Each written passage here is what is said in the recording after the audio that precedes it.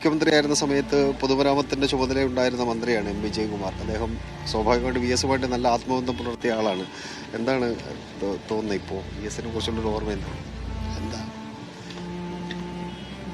V S എന്ന് പറഞ്ഞാൽ നമ്മുടെ എല്ലാമാണ്, അതേ പറയാൻ പറ്റും. ഒരു അരനൂറ്റാണ്ടിലേറെക്കാലത്തെ ബന്ധം ആണല്ലോ, ആത്മബന്ധം.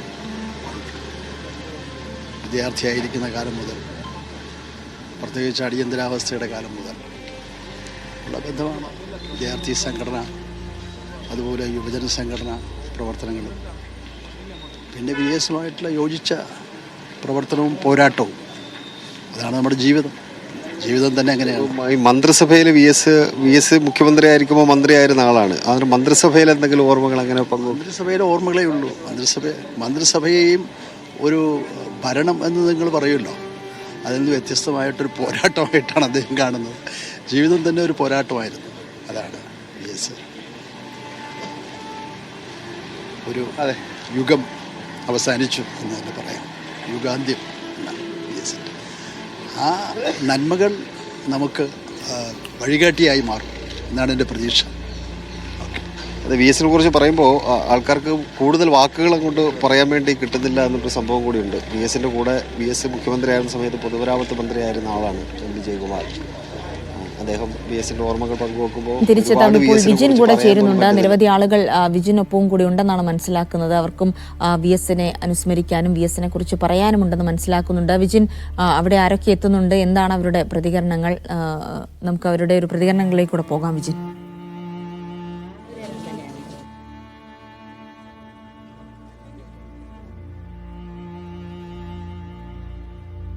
ഇപ്പോൾ വി എസിനെ അവസാനമായി കാണാൻ എത്തിയ CPI ഒരു കാലത്ത് ജീവിച്ചിരിക്കുന്ന രക്തസാക്ഷിയായ സൈമൺ ബ്രിട്ടോൻ്റെ ഭാര്യ സീന ഭാസ്കറാണ് നമുക്കൊപ്പം ചേരുന്നത്.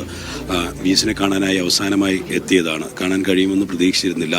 വി എസ് ഒരുപാട് തവണ ഒരു ജീവിച്ചിരിക്കുന്ന രക്തസാക്ഷിയായിരുന്ന സൈമൺ ബ്രിട്ടോയെ കാണാൻ എത്തിയിട്ടുണ്ട്. അദ്ദേഹത്തിൻ്റെ ആശയങ്ങളോട് അടുപ്പം പുലർത്തുകയും ഒക്കെ ചെയ്ത ആളാണ്. അതെ, വി എസിൻ മുഖ്യമന്ത്രി ആയിരിക്കുമ്പോഴാണ് ബ്രിട്ടോ MLA ആയത്, ആംഗ്ലോ ഇന്ത്യൻ നോമിനി ആയത്. അപ്പോൾ തന്നെ വി എസുമായിട്ട് നല്ലൊരു അടുപ്പം ബ്രിട്ടോയ്ക്കുണ്ടായിരുന്നു.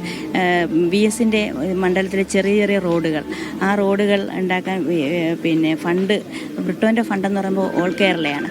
അതിന് വേണമെങ്കിൽ വി എസിൻ്റെ PA വിട്ടിട്ട് എഴുതി കൊടുക്കുക, നോട്ട് എഴുതി കൊടുക്കുക, അങ്ങനെയല്ല. വി എസ് ബ്രിട്ടോയുടെ അടുത്തുകൊണ്ട് ബ്രിട്ടോ ആരോഗ്യമൊക്കെ എങ്ങനെയുണ്ടെന്ന് ചോദിച്ചിട്ട് എനിക്കൊരു സഹായം ചെയ്യണം. അയ്യോ എന്താ, അപ്പോൾ ബ്രിട്ടോ അങ്ങ് അസ്തപ്രജ്ഞനാണ്, എന്നോട് എന്താ സഹായം, അപ്പോൾ ഇങ്ങനെ അയ്യോ അത്രയേ ഉള്ളൂ എന്ന് വെച്ചിട്ട് അത് വളരെ കൃത്യമായിട്ട് ബ്രിട്ടോയെ ഏൽപ്പിച്ച ചുമതല ചെയ്തു, റോഡുകളൊക്കെ ചെയ്തു. അങ്ങനെ ഭയങ്കര അടുപ്പമായിരുന്നു. പിന്നെ ബ്രിട്ടോ കുത്തുകൊണ്ട് കിടക്കാൻ അന്ന് ചെറുപ്പക്കാരാണ്, അന്ന് കേരളത്തിന് പരിചയമില്ലാത്ത ഒരു ജീവിതമായിരുന്നു ബ്രിട്ടോയ്ക്ക്. ജീവിച്ചിരിക്കുന്ന രക്തസാക്ഷി എന്ന് പറഞ്ഞാൽ ഒരു പരിചയവും ഇല്ലാത്ത കാര്യം. നട്ടലിനും ഹൃദയത്തിനും ശ്വാസകോശത്തിനും കരളിനും കുത്തേറ്റ് നിശ്ചലനായിട്ട് മൃതപ്രായനായി കിടക്കുമ്പോൾ ആ സമയത്ത് വി എസ് കാണാൻ വരുമ്പോൾ ബ്രിട്ടോ പാരൽ ബാരലിങ്ങനെ പിടിച്ച് നിൽക്കുമ്പോഴത്തേക്കിനും ആൾ തലറങ്ങി വീഴും. അങ്ങനത്തെ ഒരു അവസ്ഥയാണ് ഉള്ളത്. അപ്പം അന്ന് AP വർക്കിയുമായി വരുമ്പോഴത്തേനും ഇങ്ങനെ പാരൽ ബാരൽ പിടിച്ചിരിക്കുന്ന ബ്രിട്ടോയെ കണ്ടിട്ട് തോളി തട്ടി, ബ്രിട്ടോ നമ്മൾ അതിജീവിക്കും, പാർട്ടി എല്ലാ കാലവും പറ്റാവുന്ന രീതിയിൽ ബ്രിട്ടോനോടൊപ്പം ഉണ്ടാവും എന്ന് പറഞ്ഞ് ബ്രിട്ടോയെ എൻകറേജ് ചെയ്യിച്ചിട്ട്, ബ്രിട്ടോയെ വി എസ് മാത്രമല്ല ഓൾ ഇന്ത്യ ലെവലിൽ എല്ലാ നേതാക്കന്മാരും, PMS ആയാലും VTR, ഹർകിഷൻ സിംഗ് സുർജി, അതൊക്കെ എല്ലാ നേതാക്കന്മാരും വന്നു. പക്ഷേ പിന്നെ വി എസ് വന്ന് അന്ന് ഇത്രയും ശക്തി കൊടുത്തു. ആ ഒരു ശക്തി ആയിരിക്കണം പിന്നെ 2006 വി എസിൻ്റെ മന്ത്രിസഭയിൽ ബ്രിട്ടോയ്ക്ക് MLA ആയിട്ട് പ്രവർത്തിക്കാൻ കഴിഞ്ഞത്. ഈ ഒരുപാട് പോരാട്ടങ്ങൾ നയിക്കുമ്പോഴും സൈമൺ ബ്രിട്ടോയെ വി എസിനെ പോലെ തന്നെ ഒരു പാർട്ടിയിലെ ചില കലഹങ്ങൾ കൂടി, പ്രശ്നങ്ങളിൽ, പ്രത്യയശാസ്ത്ര പ്രശ്നങ്ങളിൽ ഉൾപ്പെടെ കലഹങ്ങൾ ഉണ്ടാക്കാറുണ്ട്. അതിലൊക്കെ എങ്ങനെയായിരുന്നു ഒരു വി എസിൻ്റെ സ്വാധീനത്തെ നോക്കിക്കണ്ടത്? കലഹങ്ങളൊന്നുമല്ല, ജനങ്ങളുടെ പ്രശ്നങ്ങൾ ഏറ്റെടുത്ത് ജനങ്ങൾക്ക് തൃപ്തികരമായ കാര്യങ്ങൾ ചെയ്യുക, അതേ ഉള്ളൂ. അത് കലഹമായിട്ടൊന്നും കാണുന്നത്, അതാണ് കമ്മ്യൂണിസ്റ്റ് രീതി. അത് നമുക്ക് അറിയില്ല. AKG അങ്ങനെയായിരുന്നില്ലേ? AKG പിന്നെ ഹിമാചൽ പ്രദേശിൽ ആപ്പിൾ കർഷകരുടെ ഇടയിൽ നിൽക്കുമ്പോഴാണ് അമരാവതി സമരം അറിയുന്നത്. ഈ കൊടും തണുപ്പത്ത് ഇവിടെ ആബാലവൃദ്ധം റോഡിലിറങ്ങി സമരം ചെയ്യുകയാണെന്ന് PT ചാക്കോ ഭരിക്കുന്ന സമയത്ത് ഭൂസമരത്തിന് ഭൂമി കൊടുക്കില്ല എന്ന് പറഞ്ഞുകൊണ്ട് ഭൂസമരത്തിന് വേണ്ടിയിട്ട് സമരം നടക്കുമ്പോൾ ഇന്നും അതിൽ സമരത്തിൽ പങ്കെടുത്ത ആളുകൾ ജീവിച്ചിട്ട് പോകണം. അന്ന് AKG വന്നില്ലായിരുന്നു എന്നുണ്ടെങ്കിൽ ഇന്ന് ഞങ്ങൾ ജീവിച്ചിരിക്കില്ല എന്ന് പറയുന്ന ജനത്തിൻ്റെ അക്ഷമറിയാവുന്ന ഹൃദയമറിയാവുന്ന നേതാവായിരുന്നു. അതിൽ കലഹമൊന്നും പറഞ്ഞിട്ട് കാര്യമില്ല. അതാണ് കമ്മ്യൂണിസ്റ്റ് രീതി, അതാണ് കമ്മ്യൂണിസം. അല്ല കലഹമെന്ന് പറഞ്ഞ് നമ്മൾ ആക്ഷേപിക്കുക അല്ലെങ്കിൽ അവിടെ ഒരു വേർതിരിവ് ഉണ്ടാക്കേണ്ട കാര്യമില്ല. സൈമൺ ബ്രിട്ടോയുടെ മോള് കൂടെ ചേരുന്നുണ്ട്. VS എന്ന് പറയുന്ന ആ പേര് നേരത്തെ കേട്ടിട്ടുണ്ടാവും. സ്വാഭാവികമായും രാഷ്ട്രീയ പാരമ്പര്യമൊക്കെ ഉണ്ട്. അച്ഛനും അമ്മയും ഒക്കെ പറഞ്ഞ് രാഷ്ട്രീയമൊക്കെ അറിയുന്ന ആളാണ്. VSനെ എങ്ങനെയാണ് അറിയുന്നത്? എനിക്ക് അബ്ബ പറഞ്ഞിട്ടും അറിയാം, പിന്നെ അമ്മയുടെ മാമൻ, അതായത് പിരപ്പങ്കോട് മുരളി, മാമനും അമ്മയും അബ്ബയും പറഞ്ഞിട്ടാണ് എനിക്ക് ഏറ്റവും കൂടുതൽ VSനെ അറിയാവുന്നത്.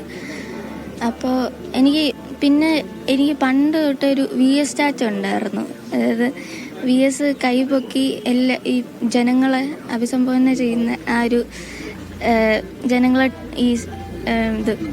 ഇങ്ങനെ കൈപൊക്കി കാണിക്കുന്നത് അതെനിക്ക് VS സ്റ്റാച്ചു ആയിരുന്നു. അപ്പോൾ ഞാൻ എവിടെ പോയാലും ഒരു 2-3 വയസ്സ് വരെ ഞാൻ എവിടെ പോയാലും VS സ്റ്റാച്ചു ആയിരുന്നു. ഇങ്ങനെ പ്രസംഗത്തിലൊക്കെ നീട്ടി വലിച്ചൊക്കെ പ്രസംഗിക്കുന്നതൊക്കെ കേട്ടിട്ടുണ്ടോ? പ്രസംഗിക്കുന്ന കേട്ടിട്ടുണ്ട്, പക്ഷേ ആ ചെറുപ്പകാലം ആയതുകൊണ്ട് എനിക്കധികം അത് മനസ്സിലായിട്ടില്ല. പക്ഷെ എനിക്ക് കേട്ടിരിക്കാൻ ഇഷ്ടമായിരുന്നു. ഇപ്പോഴത്തെ തലമുറയ്ക്കും പഴയ തലമുറയ്ക്കൊക്കെ ആസ്വദിക്കാൻ പറ്റുന്ന ലെവലിലാണ് VSന്റെ പ്രസംഗം. അതിനെങ്ങനെയാണ് കാണുന്നത്? ആസ്വദിക്കാൻ ഉപരി ആവേശം കൊള്ളാൻ പറ്റുന്ന ഒരു പ്രസംഗമായിരുന്നു. അദ്ദേഹം പറയുന്ന ഓരോ വാക്കുകളിലും ആവേശപൂരിതമായ വാക്കുകളാണ്. എന്തായാലും സൈമൺ ബ്രിട്ടോനെ പറ്റി കേരളത്തിന് പറഞ്ഞറിയിക്കേണ്ട കാര്യമില്ല. കാരണം CPMന്റെ ഒരു ജീവിച്ചിരിക്കുന്ന രക്തസാക്ഷിയായിരുന്നു. അടുത്ത കാലത്താണ് മരണമടഞ്ഞത്. കുറേ കാലം തളർന്ന് കിടക്കുകയായിരുന്നു. അവരുടെ സൈമൺ ബ്രിട്ടോയുടെ ഭാര്യയും മകളുമാണ് നമുക്കൊപ്പം ചേർന്നത്. ഇപ്പോൾ VSനെ കാണാൻ പറ്റുമോ എന്നറിയാതെ ഇന്നലെ തന്നെ എത്തിയതാണെന്ന് അവർ പറയുന്നത്. പക്ഷേ VSനെ അവസാനമായി കണ്ടു. ആ കണ്ടതിൻ്റെ ഒരു ആവേശം കൂടി ഭാര്യയും മകളും, സൈമൺ ബ്രിട്ടോന്റെ ഭാര്യയും മകളും ഇപ്പോൾ നമ്മളോട് പങ്കുവയ്ക്കുകയായിരുന്നു. ജിൽസി. പകരം വെക്കാനില്ലാത്ത പോരാട്ടവും നിലപാടും കൊണ്ട് കേരളമാകെ നെഞ്ചേറ്റിയ ജനകീയ കമ്മ്യൂണിസ്റ്റ് നേതാവാണ് VS അച്യുതാനന്ദൻ. VS എന്ന ആ രണ്ടക്ഷരം നിവർത്തിക്കഴിഞ്ഞാൽ അത് കേരളത്തിന്റെ ചരിത്രം തന്നെയാണ് ആ രണ്ടക്ഷരത്തിലൂടെ തെളിയുന്നത്. ഇന്നലെ ഉച്ചയ്ക്ക് ശേഷം 3:20 VS അച്യുതാനന്ദൻ വിടവാങ്ങിയത്. അതിന് പിന്നാലെ തന്നെ ഇന്നലെ AKG സെന്ററിൽ AKG പഠന ഗവേഷണ കേന്ദ്രത്തിൽ പൊതുദർശനമുണ്ടായിരുന്നു.